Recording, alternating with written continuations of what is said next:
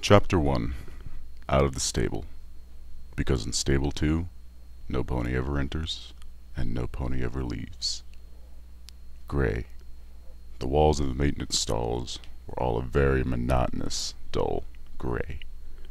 The particular wall I was staring at had the merit of being a very clean gray. Pit-bucks were notoriously hardy and reliable, so being the stable's pit-buck technician meant that there were long periods of nothing to do. Being the pit-buck technician's apprentice meant that I was assigned all the mundane daily chores while my trainer took extended naps in the back room. Chores like cleaning the walls. This wall needs a mural. I let myself fantasize, picturing the overmare agreeing and ordering Pallet herself to turn our entire stall into one of her brightly colorful masterpieces. Pallet was the greatest painter in Stable 2, and like every artist, that made her a stable treasure. Life in Stable 2 inevitably began to eat at your spirit. You were born in the stable, you lived your whole life in the stable, you were going to die there, and the course of your life was largely laid out for you to see by your cutie mark party. So the Overmare insisted that a new song be added to the stable broadcast repertoire each week, that public areas are brightly painted and adorned with uplifting and motivational murals, that regular parties are planned in the atrium, all in an effort to distract and stave off depression.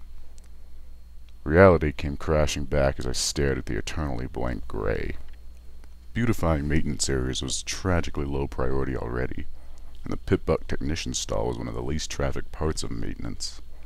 I felt my ears droop as I started to realize that I'd be staring at this same gray wall every day for the rest of my life.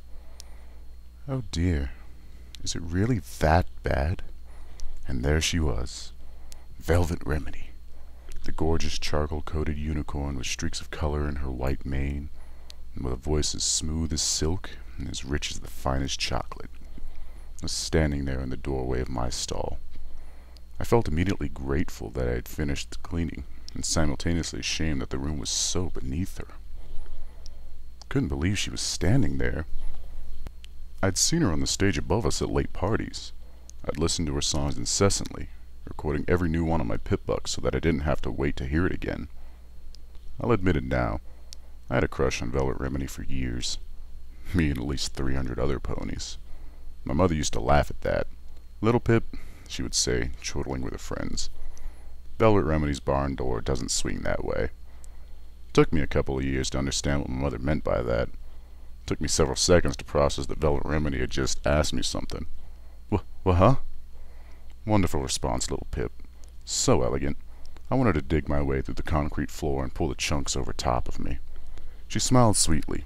She smiled at me. And in that amazing voice, "You look so broken-hearted," when I came in. "Is there anything I can do?" Velvet Remedy offered to help me. I was shocked back to my senses. Velvet Remedy must have some reason to be down here, some pit-buck reason. It wasn't like she would just go wandering around maintenance after all. Looking around, I realized that I was the only pony on duty. My teacher was, as usual, asleep in his office. "Oh, no, it was nothing." I tried to regain composure. "How may I be of assistance?" Velvet Remedy's expression was both compassionate and unconvinced, but she lifted a forehoof, raising her pit-buck up to my gaze. A more elegant model than mine, with her initials in cutie mark, a beautiful bird with wings outstretched and beak open in song, embellishing it tastefully. "I hate to be a bother, but it's begun to chafe. Could you replace the padding?" "Oh, absolutely." I was already levitating the special keys used to unlock a pit-buck from a pony's foreleg. As an apprentice pit-buck technician, I had all manner of special precision tools in the pockets of my utility barding. "I'll have it done right quick." The pit-buck came off with a click. Velvet Remedy chuckled hesitantly, lowering her hoof. "Oh no, that's all right. Take your time. I'm going to put some salve on this leg back in my room and rest up for the afternoon." That's right. Velvet Remedy was performing at the Stable 2 saloon tomorrow night. I would have to polish it up, make it worthy of being worn above her hoof. If I spent all night on it, I could give it a full tune-up, have it running as smoothly as the day she got it, and still have it back to her before the show. "All right. I'll have it back to you by this time tomorrow. You won't be disappointed, I promise." She smiled at me again, and all the gray in the world couldn't darken my day. Thank you. And then she turned to go. I watched as her cutie mark disappeared around the doorway, and then she was gone. The next day, I was whistling one of Velvet Remedy's songs as I walked down the halls towards her room.